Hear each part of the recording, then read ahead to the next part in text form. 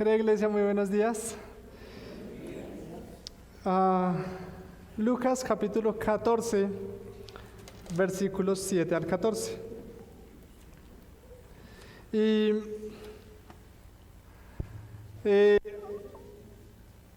hoy vamos a estar hablando de un tema y es ¿cuál es tu meta? Cada uno de nosotros tiene metas, propósitos, planes y hacia dónde estamos apuntando, qué es lo que estamos mirando. Y como mencionaba mi hermano William ahorita más temprano, él decía, llega diciembre, ya es 8, ya casi se acaba el año, y muchas personas empiezan a evaluar lo que hicieron durante el año. Y algunos otros empiezan a mirar qué es o qué puede hacer el otro año. Entonces algunos dicen, bueno, el otro año voy a empezar a ahorrar, porque es que diciembre es muy difícil ahorrar. Entonces no empezamos ahorita, sino ya lo dejamos para el otro año. Y así hay muchos otros propósitos. Pero como creyentes, ¿en qué estamos apuntando? ¿A qué estamos mirando? ¿Cuál es nuestra meta? Entonces, vamos a empezar a leer Lucas capítulo 14 y empezamos en el versículo 7.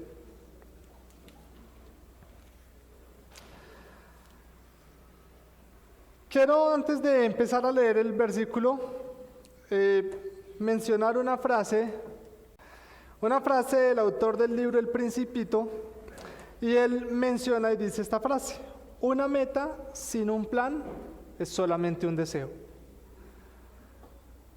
Entonces, cuando nos proponemos una meta, debemos pensar y elaborar un plan en cómo cumplir esa meta o cómo llegar a esa meta.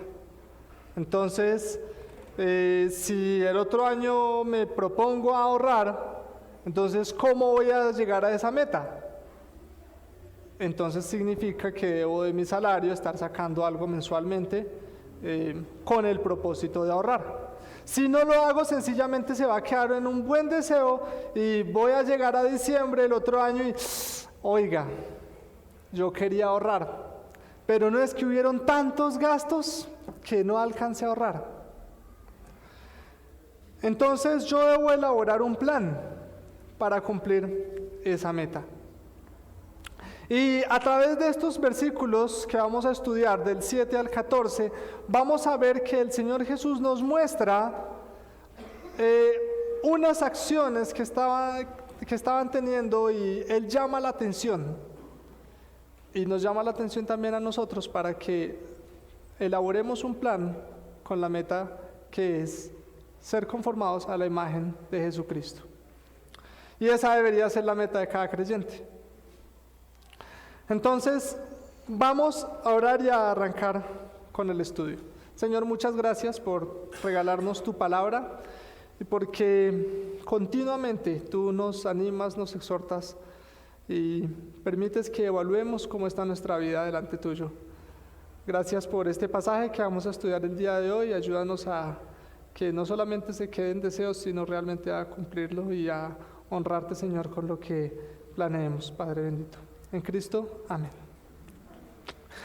Entonces, versículo 7, dice: observando cómo escogían los primeros asientos a la mesa, refirió a los convidados una parábola diciéndoles. Entonces, aquí el Señor es invitado a una comida y ve que principalmente, mencionaba un comentarista, dice, eran principalmente fariseos los que estaban allí. Y dice que se preocupaban por buscar dónde estaban los mejores asientos, es decir, estaba la mesa y los lugares que quedaban al lado del anfitrión era como lo mejor, lo más importante. Entonces ellos siempre buscaban hacerse al lado del anfitrión y eso ellos creían que les daba estatus y bueno, las personas los admiraban, uy, vea qué cerca está de tal persona, qué importante es. Entonces el Señor observa, lo primero que vemos allí es que el Señor observa y debemos recordar que siempre Dios nos está observando. Él siempre nos está mirando y Él es cuidadoso y detallista. Me hace pensar un poco en la creación. Cuando nos detenemos a mirar la creación de Dios, vemos a un Dios detallista, a un Dios observador, a un Dios cuidadoso. Siempre, si uno se acerca y mira, no sé, una mariposa, va a ver que tiene múltiples detalles y múltiples cositas. Hay unas mariposas que tienen unos punticos rojos y sencillamente es para anunciar a sus enemigos que ella es peligrosa.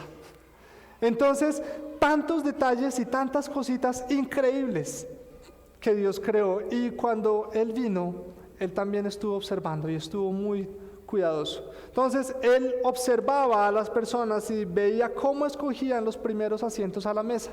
Y entonces les refirió a los convidados una parábola. ¿Qué es una parábola? Una parábola básicamente son ilustraciones, muchas de ellas de la vida real, cosas que pasaban en el diario vivir para dar a entender una verdad espiritual. Básicamente esto era lo que hacía, revelar a la semejanza de algunos acontecimientos de la vida cotidiana el reino de Dios.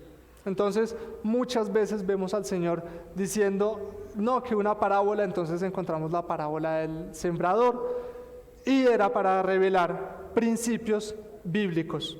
Y en Mateo capítulo 13, versículo 35 dice, para que se cumpliese lo dicho por el profeta cuando dijo, abriré en parábolas mi boca, declararé las cosas escondidas desde la fundación del mundo. Y hoy día también el Señor nos deja esto para que entendamos, porque como dice el apóstol Pedro en su carta, dice, muchas cosas son difíciles de entender, como las que menciona el apóstol Pablo. Y por eso necesitamos ilustraciones, necesitamos que con cosas de la vida real entender verdades espirituales. Entonces ese era el propósito de las parábolas. Y aquí el Señor utiliza unas parábolas para enseñarles una verdad espiritual. Entonces versículo 8, nos va a partir del versículo 8 y 9, vamos a encontrar esta primera parábola. Y esta primera parábola nos lleva al primer punto de qué debería ser nuestra meta. Y nuestra meta debería ser sé vivir humildemente. Versículo 8. Cuando fueres convidado por alguno a bodas, no te sientes en el primer lugar. No sea que otro más distinguido que tú esté convidado por él, y viniendo el que te convidó a ti y a él te diga, da lugar a este, y entonces comiences con vergüenza a ocupar el último lugar.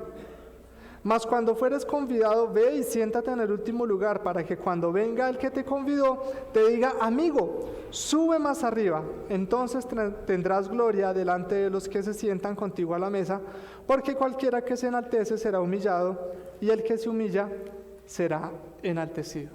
Entonces, con esta parábola básicamente les estaba diciendo, bueno, toma una ilustración de una boda y ¿cuál es el lugar favorito hoy día en nuestras bodas? Estar cerca del pasillo para ver la novia, porque al novio sí pase, pero para ver a la novia, no mentiras. Pero ese es el lugar favorito, ¿cierto? Todo el mundo no quiere estar allá a los lados, sino cerca ahí, y por eso muchos utilizan una cinta de manera formal para decir, no pase, no ocupe el pasillo. Pero ese es el lugar favorito hoy en nuestros días. En estos días era muy, el lugar especial era adelante. Bueno, igual también pensándolo hoy en día también, la parte de adelante es muy especial, porque ¿para quién es reservada la parte de adelante? Para los familiares y amigos especiales, ¿cierto? Y ya después se quedan todas las sillas libres. Están aquí los familiares, las damas de honor, los acompañantes del novio, y ya después todas las demás personas empiezan a buscar. ¿Qué tal si una persona viene y se acomoda aquí donde están los familiares? Con vergüenza tocaría decirle, por favor, ¿te puedes acomodar 2 filas más atrás?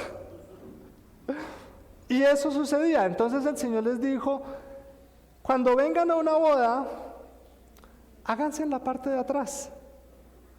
Cosa que llegue el que te invitó y te diga, amigo, no te quedes atrás, hazte adelante. Y así serás exaltado. Si se hace adelante, ¿qué hubiera pasado? Con vergüenza hubiera empezado a ir hacia atrás. Y básicamente a través de esta parábola lo que el Señor nos estaba enseñando es humildad. Dice el versículo 11 muy claramente, porque cualquiera que se enaltece será humillado y el que se humilla será enaltecido. Entonces, como creyentes, necesitamos vivir humildemente. La palabra humildad, humillarse, es referida 14 veces en el Nuevo Testamento. Y esta palabra implica estar abajo, ¿sí? Hay un versículo, lo encontramos en Lucas capítulo 3, versículos 4 y 6, lo voy a leer rápidamente. Dice, como está escrito en el libro de las palabras del profeta Isaías, que dice, voz del que clama en el desierto, preparad el camino del Señor, enderezad sus sendas. Todo valle se rellenará y bajará todo monte y collado. Los caminos torcidos serán enderezados y los caminos ásperos allanados. Y verá toda carne la salvación de Dios.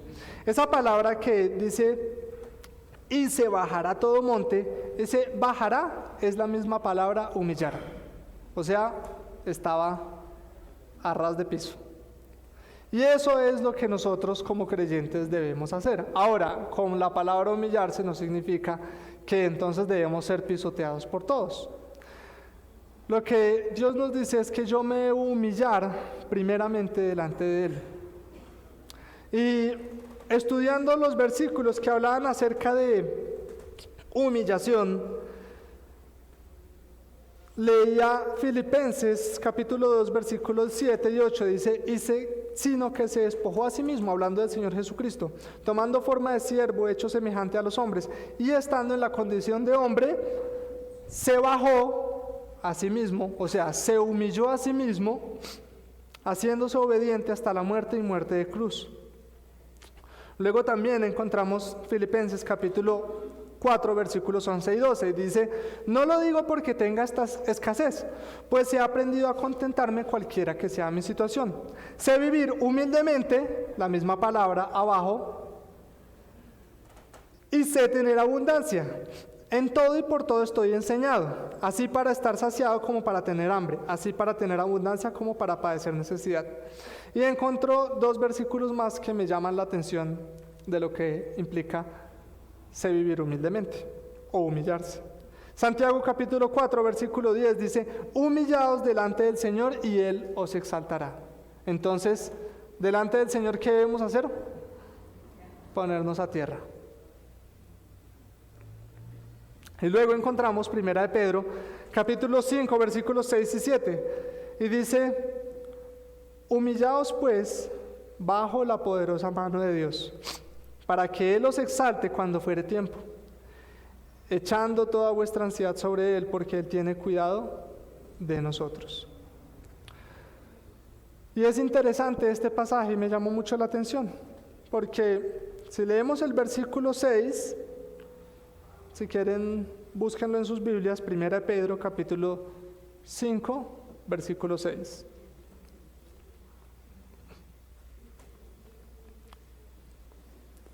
Primera de Pedro, capítulo 5, versículo 6.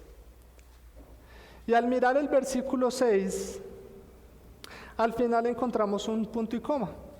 En nuestro español, un punto y coma implica que voy a dar una claridad respecto a la idea anterior. Entonces, es decir, que el versículo 7 nos va a dar énfasis o una claridad respecto del versículo 6.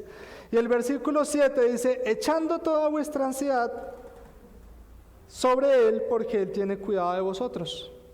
Entonces, lo que nos está aclarando es, humillados bajo la poderosa mano de Dios. ¿Y cómo hago yo eso? Bueno, la respuesta la tiene el versículo 7. Echando toda vuestra ansiedad sobre Él, porque Él tiene cuidado sobre nosotros. Y uno dirá, bueno, eso no suena tanto a humillarse.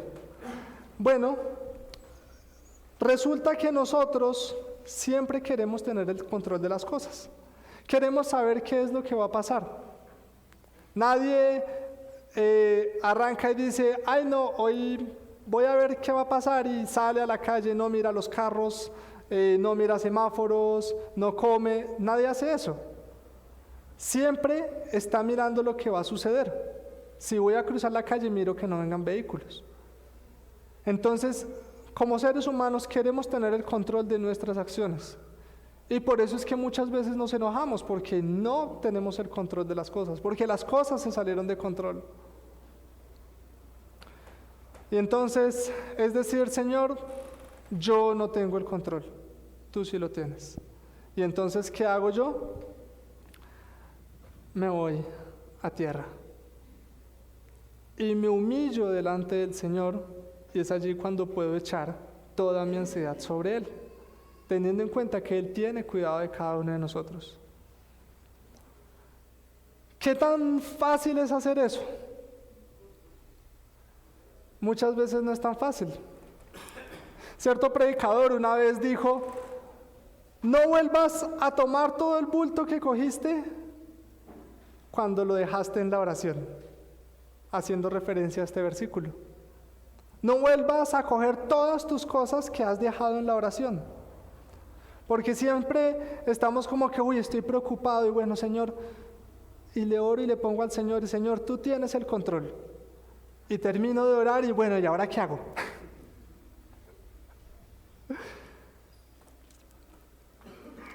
Debemos aprender a vivir humildemente.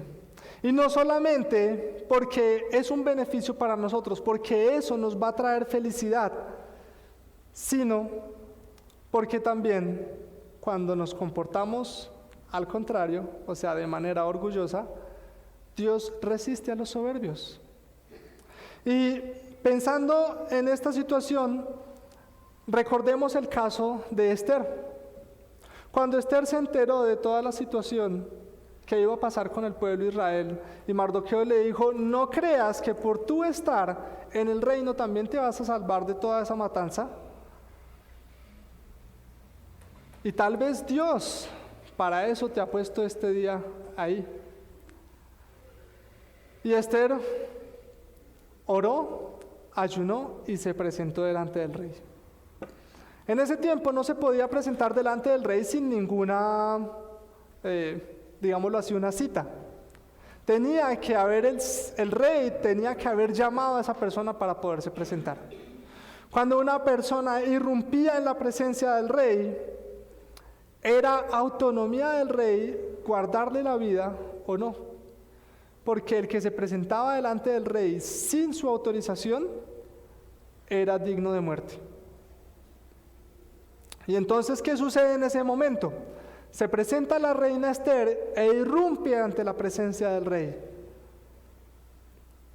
Y el rey podía o decidir que muriera o salvarle la vida. Esther se había arriesgado su propia vida. Y el rey extiende el cetro otorgándole vida. Pero ¿qué le pasó a Esther? Tuvo que humillarse. Tuvo que acercarse y arrodillarse delante del rey, postrarse a tierra para poder presentar la petición que tenía. Nosotros como creyentes también necesitamos esto. Pero no solamente como creyentes. Confiar en Cristo, que es la primera decisión que todo ser humano debería tomar, es humillante. Porque es decir, no tienes el control de nada, no puedes hacer nada. Tus obras, lo bueno que has hecho, está untado de pecado. Y Dios es un Dios santo que no puede tolerar el pecado. Y entonces es una impotencia que no podemos presentarnos como pecadores delante de un Dios santo, de un Dios que no tolera el pecado. Y por eso requiere que nos humillemos, que nos postremos a tierra delante del Rey, delante del Creador de los cielos y de la tierra, y decir, sí, yo no puedo hacer nada, no estoy en condición de hacer. Y solamente Cristo es el que puede pagar por nuestros pecados. Lo mencionábamos esta mañana durante la cena. Cristo pagó por nuestros pecados. Debemos humillarnos delante de Dios. Cristo era el único. Y después de esa decisión necesitamos seguir humillándonos a diario delante de Dios. Y por eso necesitamos vivir vidas humildes. Quiero que veamos Mateo capítulo 5, versículo 1 y 3. Lo voy a leer rápidamente en la versión de la traducción al lenguaje actual. Mateo capítulo 5, versículos 1 al 3. Inicia aquí lo que se denomina como el famoso Sermón del Monte. Y dice: cuando Jesús vio a tanta gente, subió a una montaña y se sentó. Los discípulos se acercaron y él comenzó a enseñarles: Dios bendice a los que confían totalmente en él, pues ellos forman parte de su reino. Cuando habla de pobres de espíritu, son personas que entienden que no son capaces de presentarse delante de un Dios santo. Y por eso dice: Dios bendice a los que confían totalmente en él. Cuando confiamos plenamente en el Señor, primeramente obtenemos salvación de nuestros pecados y después, día tras día, continuamente, somos bendecidos por Dios. Y eso nos da felicidad, nos da gozo. Muchas veces uno busca alegría, felicidad en otras áreas, pero lo que necesitamos es humillarnos bajo la poderosa mano de Dios, dice Santiago. ¿Qué tanto en nuestras decisiones diarias nos humillamos delante del Señor? A veces vivimos nuestro día a día y tome decisiones y haga y no sé qué, y nos ocupamos y después, ay, se me olvidó orar por esto. Bueno, pidamos perdón y pidamos dirección.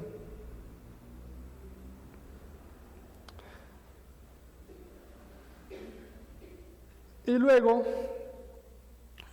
Dios nos muestra qué es lo que pasa o cómo Él ve a las personas que no son humildes, es decir, a los orgullosos. Voy a leer rápidamente 2 versículos. Salmo 138:6 dice: aunque el Señor es grande, se ocupa de los humildes. Veíamos al puro principio, ¿no? Observaba, Él sigue observando. Aunque el Señor es grande, se ocupa de los humildes, tiene cuidado de los humildes, pero se mantiene distante de los orgullosos. Y Proverbios capítulo 16, versículo 5 dice: el Señor detesta a los orgullosos, ciertamente recibirán castigo.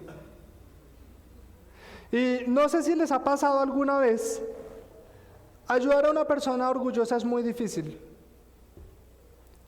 ¿Por qué? Porque cree saber cómo hacer las cosas. Y aunque las está haciendo mal y uno trata de ayudarle, no se deja ayudar. Hace un tiempo, cuando estudiaba sistemas, yo estudiaba con mi hermano. Y había una compañera que usualmente nos pedía ayuda. Mi hermano sabe muchísimo más que yo. Entonces ella preguntó algo y mi hermano le fue a ayudar. Y entonces él le fue a explicar. Y ella dijo: ay, no, pero luego no es así. Mi hermano se le saltó la chispa. Y le dijo: bueno, entonces ¿para qué pide ayuda si sabe cómo se hace? Y eso es lo que pasa con un orgulloso. ¿Por qué Dios se mantiene distante? ¿Por qué Dios lo aleja? Porque un orgulloso cree que lo que hace está bien. Una persona orgullosa va a decir: yo sé cómo llegar al cielo. Entonces Dios dice: bueno, yo me alejo de ti. Un orgulloso cree cómo se puede presentar delante de Dios. O un orgulloso muchas veces dice: Dios no existe. Y entonces vemos en Romanos capítulo 1, dice que Dios los dejó, los abandonó y los dejó a sus propios caminos. Ahora, no es que Dios ahora entonces con los creyentes dice, uy, no, este man es orgulloso y ya desechado completamente. Para nada. Pero muchas veces si Dios nos deja que tropecemos, nos caigamos y nos raspemos, para que entendamos que debemos humillarnos bajo la poderosa mano de Dios. Necesitamos vivir humildemente. Y vivir humildemente implica lo que les mencionaba y que veíamos en la carta de Pedro, que es dejar toda nuestra ansiedad sobre nosotros, sobre Dios. Sobre nosotros no hay nada que hacer. Dejar toda la ansiedad sobre Dios, porque Él sí sabe cómo tratar con las cosas. Vivir humildemente es someternos los unos a los otros en el amor de Dios. Necesitamos vivir humildemente. Y eso era lo que el Señor les estaba diciendo a estas personas. Los observó y por medio de una parábola les estaba dando a conocer estas verdades espirituales. Para conocer y ver el reino de Dios se necesita ser humildes. Y en muchas ocasiones cuando buscamos la palabra humildad, humillarse, durante el Nuevo Testamento encontramos que Dios siempre atendió al humilde. ¿Qué pasó cuando una mujer que no era judía se acercó y le pidió ayuda a Jesús? Jesús parece ser una respuesta fuerte, pero le dice, bueno, pero no se les da las migajas sino a los perros. Y ella se le acerca y le dice, pero aún los perros se acercan y comen de las migajas. Ella se humilló delante de Dios porque sabía y estaba reconociendo su condición y la condición de Jesús. ¿Cómo servimos en la iglesia? ¿Trabajamos en la iglesia? ¿Ponemos los dones que Dios nos ha dado? Eso también es humildad. Porque Dios quiere que pongamos nuestros dones al servicio. Para eso nos los dio, para ponerlos al servicio. Si no los ponemos al servicio, estoy siendo orgulloso y estoy diciendo, para mí nada más. Entonces, recordemos que la humildad nos da felicidad, nos da alegría, nos da gozo. Porque Dios es humilde. Recuerdan que el Señor dijo, aprended de mí que soy manso y humilde de corazón. Entonces, como creyentes, debemos establecernos una meta y para cumplir la meta de ser conformes a Cristo necesitamos aprender a vivir humildemente. Luego el Señor se refiere en el versículo 12 ahora al que le invitó. Y dice, dijo también al que le había convidado, cuando hagas comida o cena, no llames a tus vecinos ricos, cuando hagas comida o cena, no llames a tus amigos, ni a tus hermanos, ni a tus parientes, ni a tus vecinos ricos, no sea que ellos a su vez te vuelvan a convidar y seas recompensado. Mas cuando hagas banquete, llama a los pobres, los mancos, los cojos y los ciegos, y serás bienaventurado porque ellos no te pueden recompensar. Entonces, la segunda cosa que vemos para cumplir un propósito, una meta, la parte del plan es sé compartir los demás, y esto incluye el Evangelio. Cuando el Señor Jesús hablaba de que no invite a los amigos, los vecinos ricos, los hermanos, no estaba diciendo que nunca los invite, pero que tenga en mente las otras personas. Dice, más cuando hagas banquete, llama a los pobres, los mancos, los cojos y los ciegos, y serás bienaventurado, porque ellos no te pueden recompensar.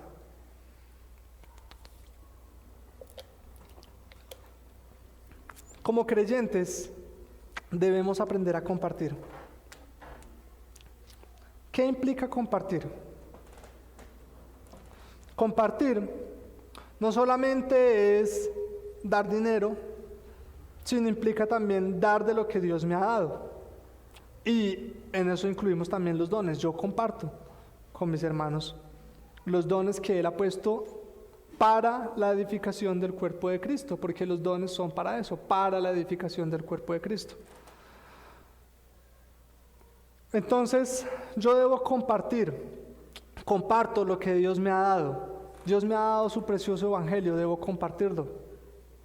Dios me ha dado muchas cosas, me ha dado dones, me ha dado riquezas, me ha dado muchas cosas en las cuales yo puedo compartir.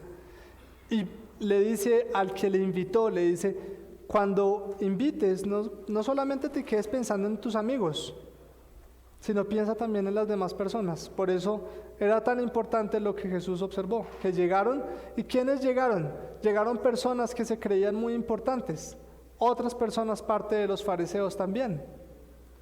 Y por eso siempre buscaban los primeros lugares, porque creían que eran importantes.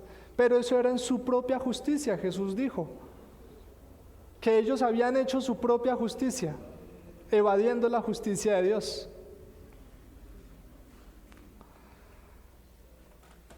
Entonces, necesitamos aprender a compartir. ¿Qué tanto compartimos? ¿Qué tanto pensamos en las demás personas? Cuando oramos, ¿qué tanto pensamos en las demás personas para orar?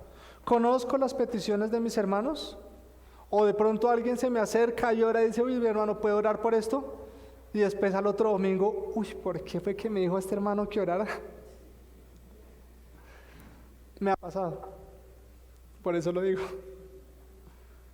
Y yo, ay, mi hermano, perdón. Se me olvidó. ¿Qué pasó con esto? Como en otros casos he pedido a hermanos que oren por cosas y muy fielmente me dice, mi hermano, ¿cómo sigue tal cosa? Uy, gracias por orar. La oración es un respaldo, mis hermanos. ¿Qué tanto oramos por los demás? ¿Cómo nos acordamos de ellos? Hay una canasta que tenemos allá atrás y es una canasta en la cual compartimos de lo que Dios nos ha dado. Y ponemos allí en la canasta alimentos para compartir. ¿Cuándo fue la última vez que trajiste para compartir?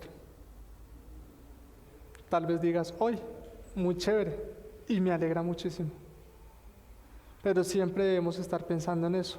Hay personas a las que algunos no le vemos la necesidad así como a primera mano.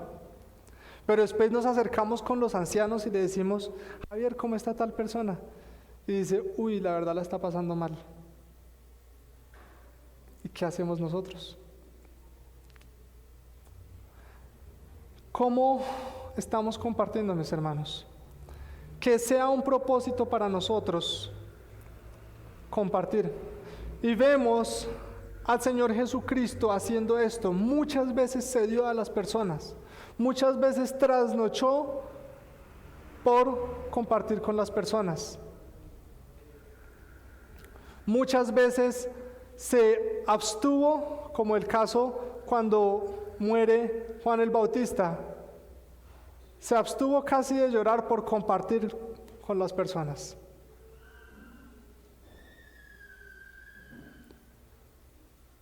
Se abstuvo de dormir más por causa de las personas. Sus discípulos le dijeron, Señor, sálvanos que perecemos, y despiértelo rápido. El Señor nos enseñó a compartir con los demás. Necesitamos aprender a compartir. Puedes evaluar qué es lo que el Señor te ha dado este año. El Señor ciertamente nos ha dado mucho. Si hemos sido buenos o malos administradores, ya es cosa nuestra. Pero ciertamente nos ha dado mucho. Y quiero terminar este puntico específicamente hablando del Salmo 67, 1 al 7. Salmo 67, versículos 1 al 7.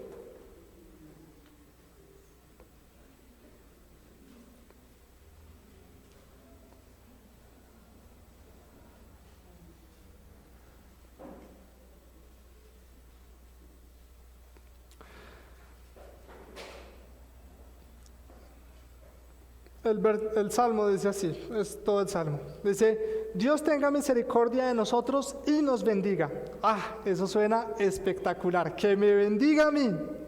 Haga resplandecer su rostro sobre nosotros. Sí, Señor, eso me gusta muchísimo. Para que sea conocido en la tierra tu camino, en todas las naciones tu salvación. Dios me da con un propósito.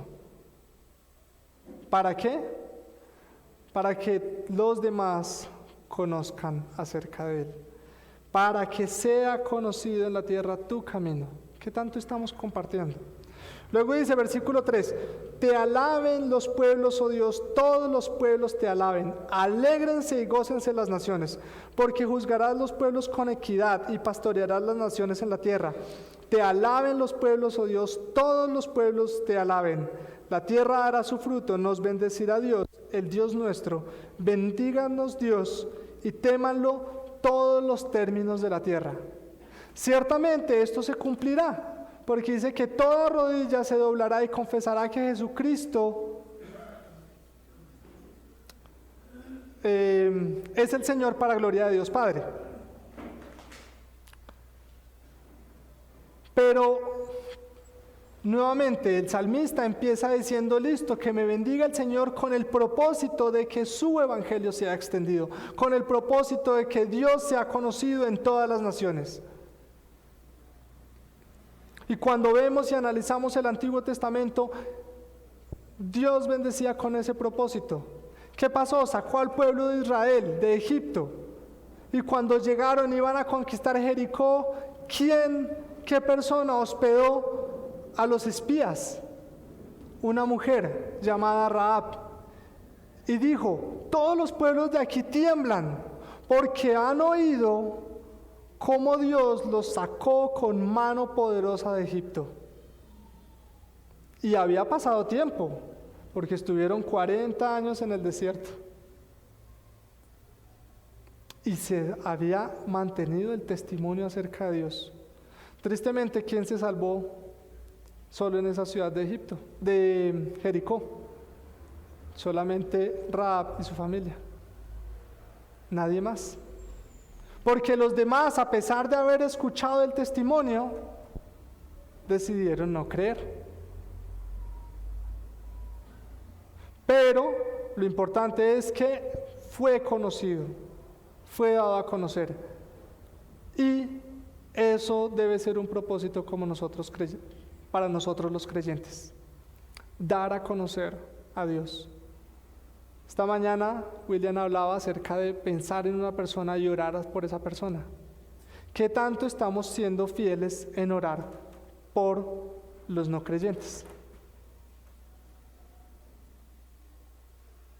Muchas veces se nos olvida. Tenemos una hojita de oración en el semanario. En el semanario tenemos una hojita acerca de oración y ahí dice petición por acción de gracias, salvación. Marquemos salvación y pidamos también salvación para estar orando como iglesia. Que lo que Dios nos da sea utilizado para la extensión de su reino, para que más y más personas le conozcan. Entonces, tenemos que, como meta, como plan, debemos establecernos, vivir humildemente y compartir con los demás. Y finalmente, termina el versículo 14.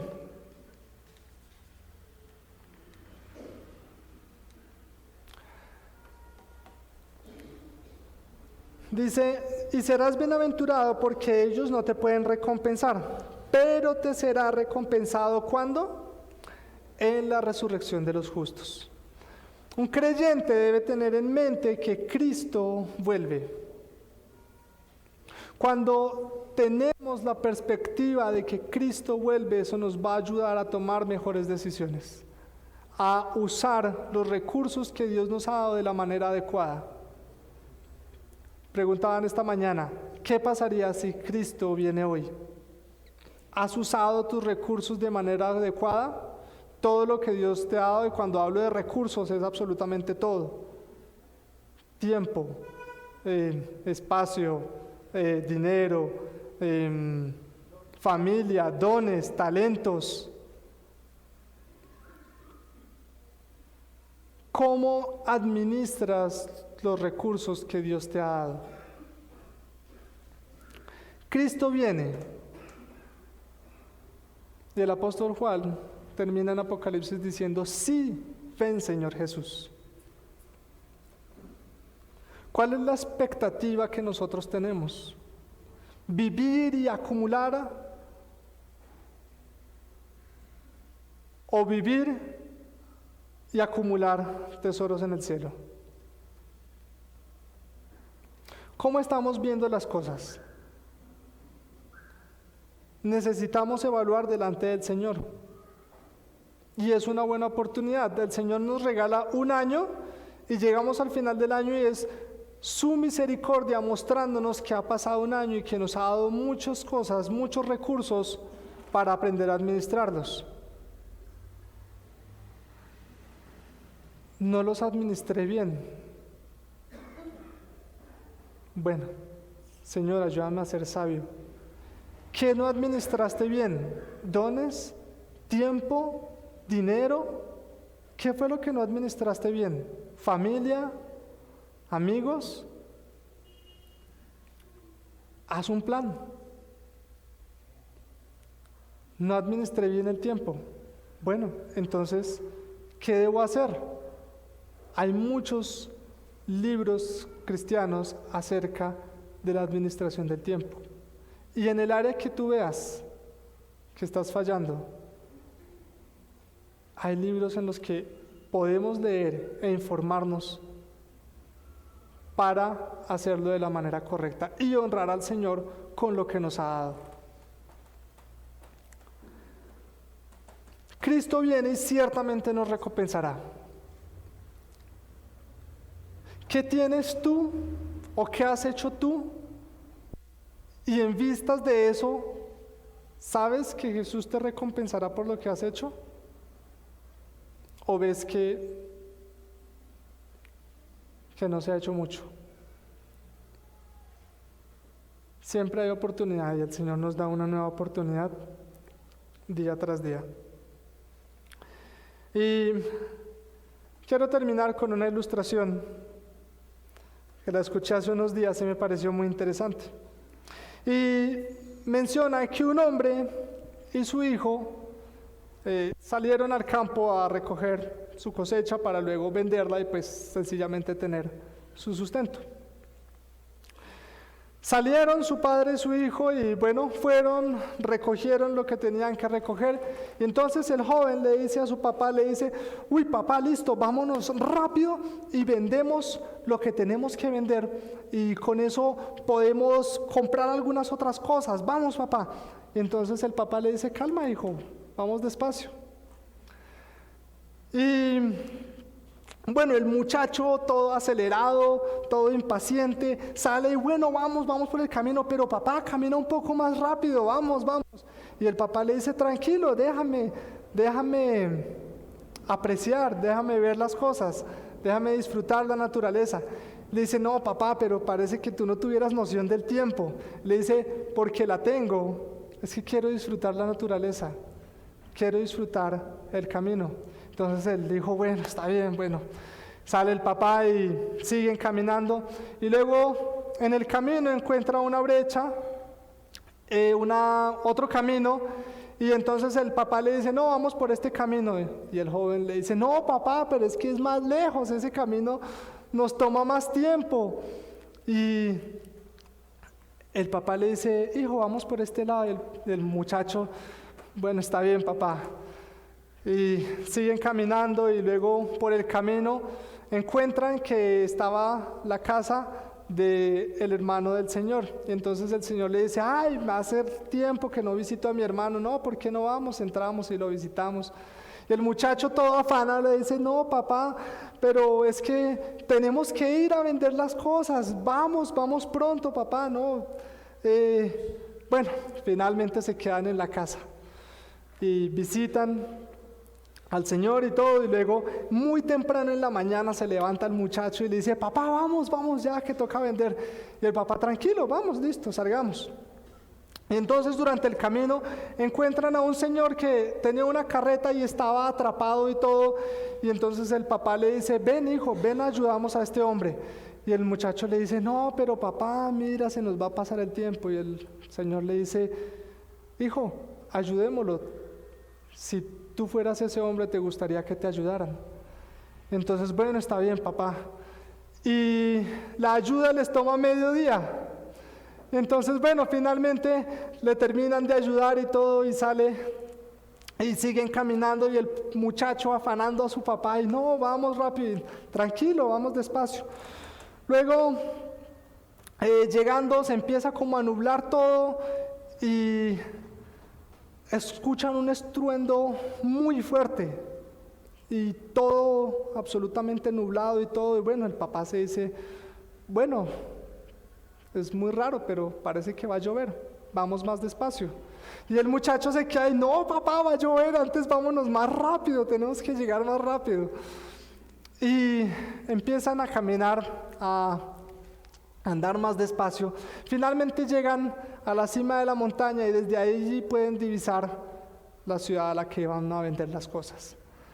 Cuando se quedan mirando la ciudad,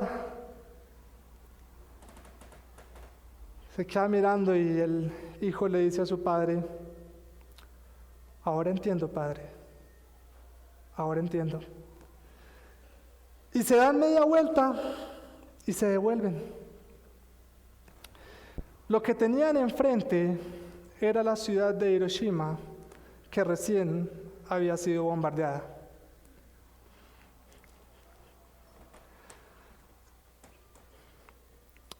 ¿Y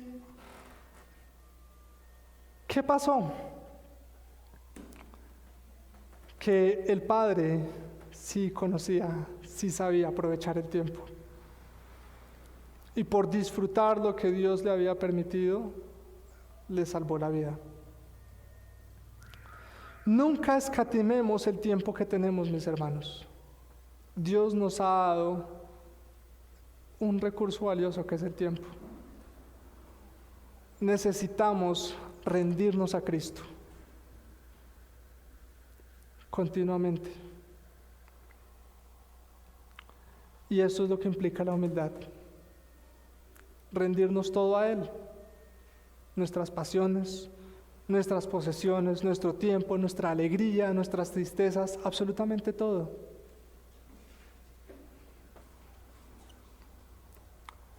¿Cuál es tu meta el día de hoy? Podemos redefinir nuestras metas.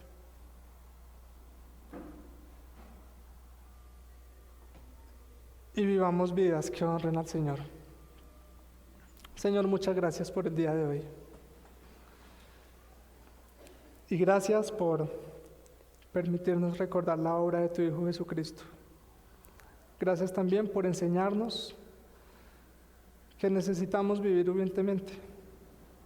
A veces nos creemos mucho y nuestro orgullo, ego se eleva, pero necesitamos volver a ti continuamente y recordar que solamente humillándonos bajo tu poderosa mano es que seremos testigos tuyos, Señor.